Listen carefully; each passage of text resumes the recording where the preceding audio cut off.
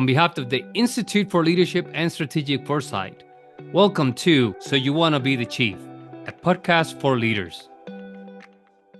I am doubly blessed today because I have two chiefs on the show today. They're deployed. I won't tell you where because I'm not supposed to. I don't know if I'm supposed to. And they're both Latinos, and they might come after me or send the vatos, and we don't want that to happen. Not yet.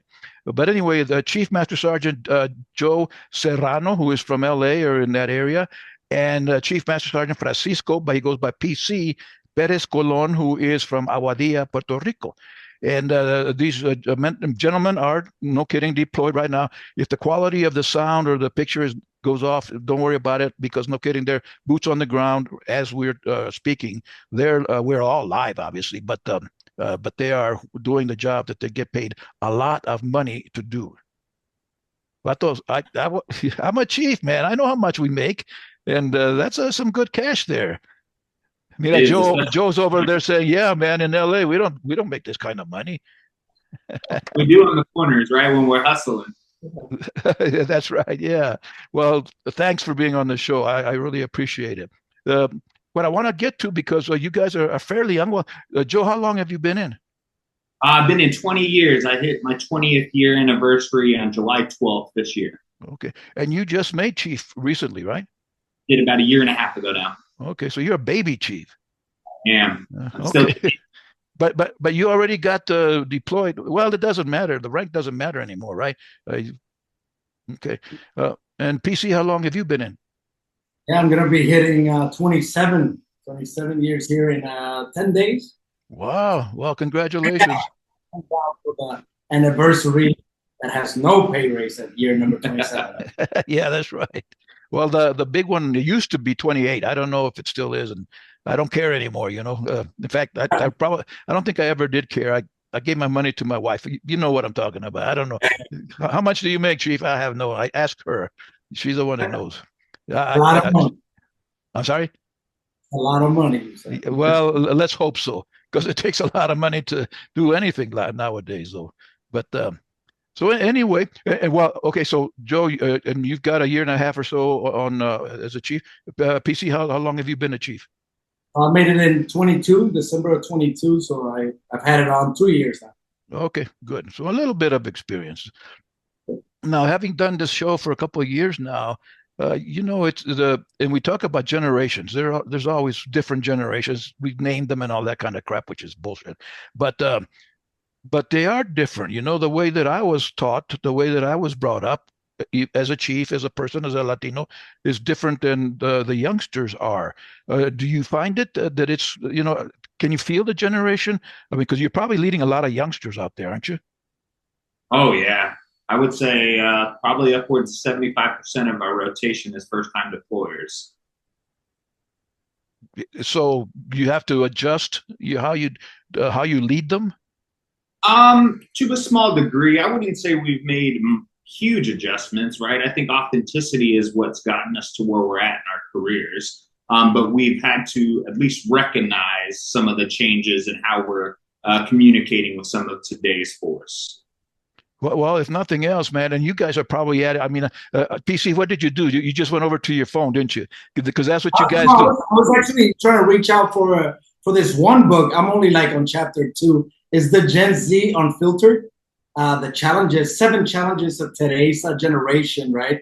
And I like I said, I'm on chapter 2. I've been here for a little while deployed, and my goal is to read it. Maybe I'll finish it. Maybe I won't. But the thing is, I'm remaining true to myself when I lead, right? So I have adapted pretty well to the changes. They want to communicate through text. I'm pretty good with technology and with my phone and with all these technology mediums, except today that I started 8 minutes late because I decided to do an update on my computer. But besides that, I think I can relate pretty well. Maybe not on the gaming. I'm not a gamer. I didn't spend a lot of time indoors playing games. I'm more of an outdoor guy. But yeah, I feel like the generation gap, I can close it even though I'm way older than them. I can still close it. Yeah. Now, back in my day, and you guys were brought up in the Latino culture, at least to some degree, one of the things that mom has the chancla, right? Yeah, and dad had el cinto, right? So one of the things that we were taught from the very beginning, and it wasn't always martial, the way they taught us, but to be obedient. There were many things that mom and dad told us to do, and we did them. We didn't ask why or start arguing or anything like that. Is this younger generation obedient? And now nobody wants to hear that word because it sounds subversive. It's like a subordinate, and I don't believe in subordination. I don't believe in subordinates. They're your followers. That's different than being subordinates. Because when you talk about someone being subordinate, that means that you're better than them, and none of us is better. We're just different. But anyway, do they do what you tell them when you tell them, or do you have to argue with them? Do you have to fight with them? No, Hefe, I think you bring up a good point. When you introduce the word obedient, like you alluded to, it has a negative connotation with it, right? It means like subservient or submissive. But I kind of tell it like relentless followership, right? And, if you want to be a leader, you need to know when to follow or when to lead. I don't see much pushback, but I also think it's because my ability to connect and relate with folks, it's like a light switch, right? You know when to turn it on, just like when we grew up, you knew when you got your ass beat and then you got a kiss at goodnight and your blessings. It was just part of life. So I don't see much of that type of attitude in generation. I think for me, it's like 50-50, right? There's half of the population out here of the airmen that you, let's say, correct an infraction. Let's take dress and appearance, for example, and they perceive it very well. And they immediately, yes, chief, or yes, sir, and they correct themselves. There's another half that will give you the eye roll. So then now you got to correct them on that also. Yeah. And those are probably the colonels, right? No. You'd be surprised. It's all ranks. Yeah. Captains, lieutenant colonels, and airmen. I think just over the years, we've lost the art of confrontation. A lot of people are scared to confront things and or to be confronted, right? They review that as aggression. But in reality, I think for us as Hispanics, that's one of the first things we learn, right? We have people direct a threat in our face telling us how they feel, what we've done wrong, how to be better. And because of that because of that cultural way of life, it's kind of embedded in our DNA of how we address things. Yeah. I think of assertiveness, right? I like to say that I am assertive, and I got some friends that tell me that maybe I'm aggressive, but I'm trying to give that message out, right? So when you say confrontation, in my mind immediately I was thinking of being assertive. Sometimes some people lack the ability to look at others in the eye and tell them the truth, whether that's confrontation or assertiveness or whatever it's called. Some people lack that ability to take and receive that same way, which is face to face, looking at each other in the eye. When I made chief, and I was very well trained, I made chief at Maxwell, which is, of course, the mecca of enlisted PME, the best chiefs in the world. I won't say the best, but some of the best chiefs in the world were there. So they taught me how to be a chief way before I became a chief. And Chief Gwaltney, it's funny because when I try to think, I don't know what his first name was. His name was Chief. That was it, And he took me aside when I made chief, and he said, Bob, if you want to be an effective chief, you have to be willing to get your butt chewed at least once a week. And what he meant was you got to tell the truth. And a lot of times it's to the boss, and the boss is not going to like that you're telling them the truth, but you got to do it, and that I guess it's assertiveness, PC. I guess that's the word. But, I don't think that you have to be combative to be confrontive. I'm a wordsmith. I'm a writer, so I know these words, and I go deep into these words to understand what they mean. And you can confront someone in a positive way, in a professional way. One of the things, and like I say, I was in PME for a while. One of the things that it bugs me to death, man. Hands in your pockets.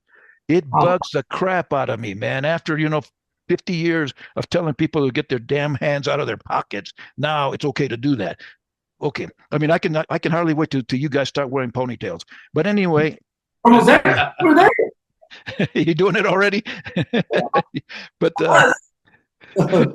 but what I used to do, and especially, and I think I was at the academy for about 20 years. I used to see those youngs, everybody, in the cadets, the officers, the enlisted folks on the Toronto, and I'd go up to them when they had their hands in their pockets, and it wasn't legal then. I would tell them, a person cannot climb the ladder of success with their hands in their pockets, and they'd brighten up. First, oh, chief, thanks. Immediately it was a better relationship than me yelling at him. Tell him, get your hands out of your pockets. I didn't need to do that. I just did it a different way, and they understood better, and it was like a good relationship, a good interaction instead of a bad one. But you're right. If you're going to be a chief, you got to tell anybody when they're wrong and accept it, like you say, PC. You got to accept it too. With my cadets, I always told them, man, if I'm about to screw up, if I come out of the bathroom and the toilet paper stuck to my heel, tell me, man. Don't let it go. Tell me. I want you to correct me because I don't want to be an idiot. So, and Joe, I'm glad that you feel like they're not that way. They don't have a bad attitude, at least most of the time. Because it is all about attitude. And I'll tell you, when I first came in 1972, my orders were from Staff Sergeant Rick Rose: do it or I'll kill you. Yeah, you can't even think that anymore because they'll take you to jail for even thinking that. So you got to do it a little bit differently. So, what's the hardest thing about being a chief? What do you think? Ooh, hardest thing about being a chief. Not losing yourself, staying grounded, right? The politics and the environment around you have a tendency of consuming you at a very fast pace, right? Sometimes people force you to make fast decisions, and you just have to remember to keep yourself rooted. And if you need boundaries or if you need time and space to think, because your actions and your words have tertiary effects for the airmen that you lead. And so you need to make those deliberately, right? And I feel like sometimes we're forced to make quick and hasty decisions, and that's not always necessarily beneficial. You're right. You're actually, and I think what you're referring to, Joe, is being authentic, like you said earlier, being 100%. You. I'm working on a book that I hope will be out in January next year, called Finding Me. And it's about discovering your identity. I've come to the conclusion that our character is the manifestation of our identity. But more and more, I hear people I see on the internet and everything. People don't know who they are. They're not authentic. They haven't done the work to say, "Hey, this is me, man. I don't really care whether you like it or not. This is me. This is what you get." And especially as a chief, I think you got to get there. Because then next week, I think, in the next couple of weeks, I'll be posting an interview I did with Dave Satchel about not when he was a first mate chief, not knowing who he was. He was trying to be like all the other chiefs, and he really didn't know what his identity was until his wife squared him away. And she's Latina. She's from Venezuela, I think, or something, and she had the chancla. So, yeah. I just want to jump in real quick as I had time to think about it, and it's actually my number one leadership principle is lead by example. And you probably grew up listening to that, and it's old and it's been around for a long time. Leading by example, I think that's the hardest thing for me every day, because it's every day that you have to lead by example, and it's perhaps the hardest thing that I do every day. Is knowing that people are counting on me. And not every day you're given 100%, because the reality is, as a human being, sometimes you're just tired. You're drained. The weekend and this and life and emotional events occur, and you're just drained.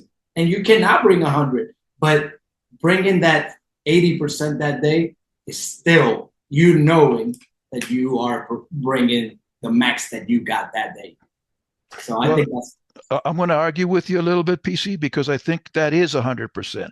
It's just not the 100% that you can do, but you've done your best. That was 100%.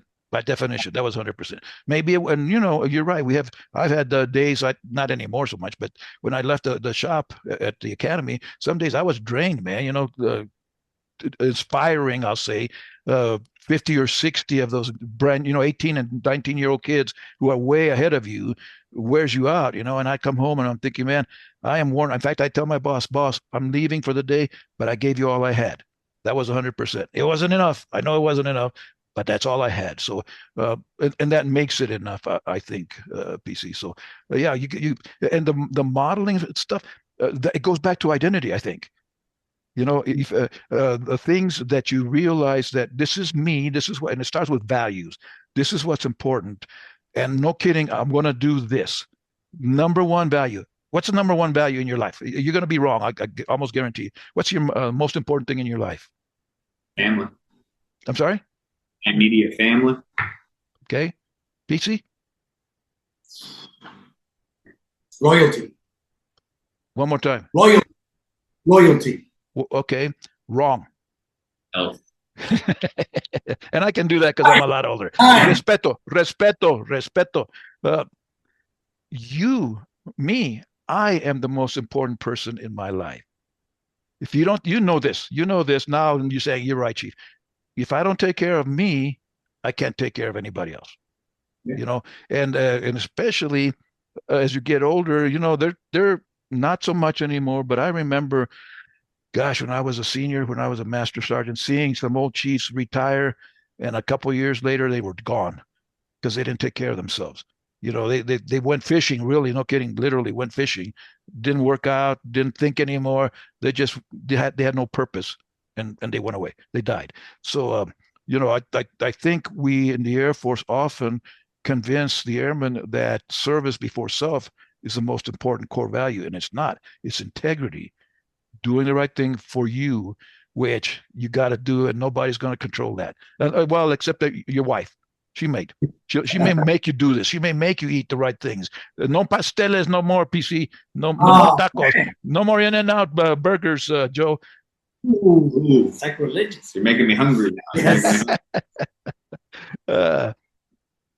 So that was the toughest thing. What's the most fun about being a chief? I know what mine is.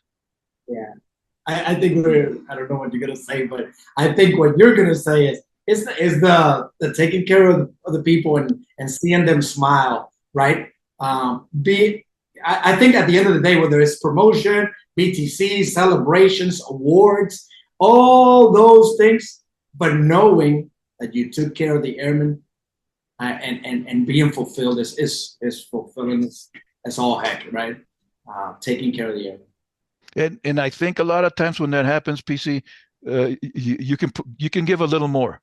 You may have given everything, and then it happens, and you think, no, I got a little bit more, because they energize me. They deserve the best of us. They deserve the best of us. Yep. What do you think, Joe? No, same thing, 100%, right? The impact and the influence that we have on just people as a whole, right? I don't say lowercase a, I say capital case A when I say airmen, right? Because you never know the impact that you had on a commander or a wing commander or a first sergeant, just as much impact as you can have on a lower junior enlisted member, right? Being authentic and being who you are can brighten up someone's day in their most time of need. And we just never know when that is. Now, our conversation has been mostly focused on the airmen, but as chiefs, we also, and I don't know that you want to call it leading, but we influence at least the officers. And and again, at the academy, I have a special place in my heart for those second lieutenants who I'm going to have lunch with one of my number 2 protege in the whole world. And I'm going to have lunch with him in a little bit. I love working with him because he is incredible, man. He is an incredible, he just put on captain a week ago or something. But it's great to encourage, to guide the officers as well. Again, and sometimes it's tough. I worked for a tough guy, man, a general who threw shit at me, yeah. Took you back to your adolescence, huh?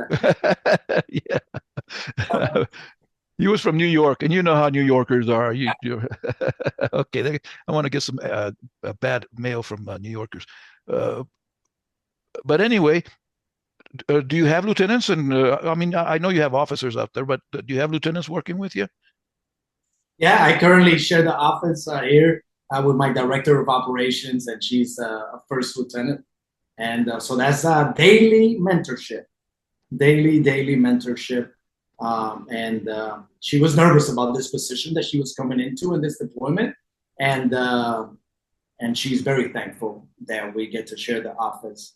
And I say it how it is. We get the job done. There's a lot of questions and there's a lot of unity. And I think she's going to be way better for it. Yeah. Well, and I think it's our responsibility, don't you? That we need to do that. You know what?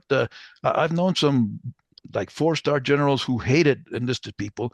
And when I got to talk to them, I realized that they had some bad experiences when they were lieutenants and captains, in relation to enlisted people. So they didn't trust the enlisted folks. And, that experience stays with you forever. On the other hand, it's like here at the academy when I talk to the cops at the gates, because the cadets do some they're knuckleheads. That's what the term that they use. They're knuckleheads a lot of times. And I always tell the cops, hey, be cool with them. Yeah, correct them. Make sure that they do the right thing. But at the same time, that person, that cadet that just drove by, may one day be the chief of staff of the United States Air Force. And you want them to love the enlisted people, because otherwise it's going to suck. And I won't tell you which general I know that hated enlisted people, because I don't want to do that. But you probably met them. Yeah, but the majority of the people are enlisted. So recognizing that these are the people that are fixing the planes and checking IDs at the gates and doing all these tasks, right? How can we not teach an officer correctly so that they value us? And I think one thing I did in the past when I had a lieutenant was give them the professional development guide, or the PFE, the promotion fitness examination book, and say, I need you to read a couple of chapters here. Yeah. And I want to put a little pitch in here for in fact, it was my first book that got published. It's called Air Power, HEIR Power, 8 Basic Habits of Exceptionally Powerful Lieutenants. If you don't have a copy, let me know and I'll mail you one, because if nothing else, it's great discussion topics about, how to be a good lieutenant. And you're right. I'm saying? We love a copy. Yeah. But anyway, Joe, what's your experience with lieutenants? Good? No, so I don't have any lieutenants here in my organization. Oh, right you now, don't? Okay. 2 CGOs. I have 2 young captains. They're climbing the ladder. Both have a really good head on their shoulders. I would tell you, I don't look at them in officers or kind of evaluate them as officers. I just evaluate them as human beings, right? Like, in the end of the day, they have a different charge and a huge responsibility on their shoulders, right? And at one day, they're going to carry the burden of command. And, I try to prepare them the best I can with good decision-making processes, right? And how to work through the humanistic factor and the EI aspect of things. Don't look at these folks as enlisted members. Look at them as human beings, right? How do they contribute to the mission? And what are the impacts that they have going on in their lives? Because you too are susceptible to the same things that they have going on. Mm-hmm. I like that perspective. They are humans, and we forget sometimes. There's a lot of stereotypes about them. I can't stand when more senior people give them crap. I'll get in it, man. And if you want to mess with them, there are 2 people in this world you do not want to mess with. I'm both of them. What were you going to say, PC? I was just going to say, on this same topic, just recently, Joe and I were part of a panel, a Chiefs panel, and we had 18 CGOs from across the base that joined us, and we had an hour and a half of pizza and Q&A and mentorship, and it went really well. But it was very deliberate and very intentional for us to be there at that panel, because we know that we can influence, and we did tell them, you're going to be our future commanders in the Air Force, and we want you upright for success. Man, and I'll pull that string a little bit more, Bob. I'm very blessed to have a great community of chiefs on this deployment. Everything that we do is intentional, right? So we held a 5-6 chiefs panel, and the showing wasn't what we thought it was going to be. We said, that's fine. You don't come to us, we'll come to you. And so we're kicking off a road show next week of We're coming into your environment, right? There's no substitute to experience. And if I could sit down, with my grandfather and my grandmother and just sit at the front porch and listen to them talk about things that they've taken, I definitely can provide and be that grandmother or grandfather to someone and give them some nuggets that might help shape their career to be more successful. So what you just said, Joe, was that you are becoming los viejitos. Let that sink in. I don't feel like it, but yeah, you will. You will. So we got about 5 minutes. So what's your best advice for a new chief? Person, brand new chief Bob Vasquez comes on the yard. What's your best advice that you can give me to be effective, an effective leader? And be you and be undeniable. Your environment is going to change, but as long as you're grounded and you stay true to who your core is, you'll be all right. Yeah, I got to second that. Stay true to yourself. And it's okay to have the uncommon answer when everybody else has. It's a yes. It's okay to say no. It's okay to be different when everybody else is saying yes. Be courageous enough to stand by yourself when you need to. Yeah, and I think that courage is encouraged by being with them, supporting them.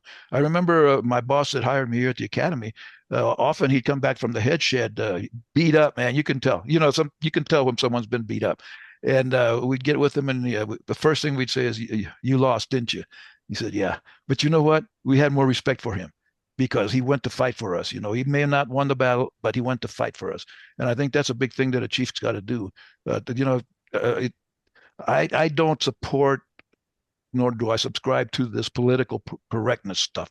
I could never be a yes man. And like I say, I got thrown out of a lot of offices because of that, but that's the way it was. And I think people respected that a lot more than just being a yes man. Well, again, thank you for taking the time. Now, I am at this moment, it's 8:41 in near Denver. So what's 0800 841? What's the time there where you are? 17:41. Okay, so it's about bedtime for you old guys. About to have the glass of milk. we still got a couple hours. We're about to put the running shoes on and go log some miles. That's right. Okay, all right. Okay. Hey, apologize, Bob. Apologize for logging in a little late. No, with my difficulty. A chief is never late. Right. This is true. And we have to respect it. We do. Well, again, thank you very much.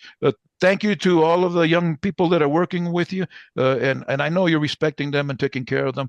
God bless you all. And if you need something from this part of the world, let me know. We have some candules. No, we don't have any of that stuff. But we have tamales, man. Hey, I'll eat them. God bless you. Thank you for having us. Thanks.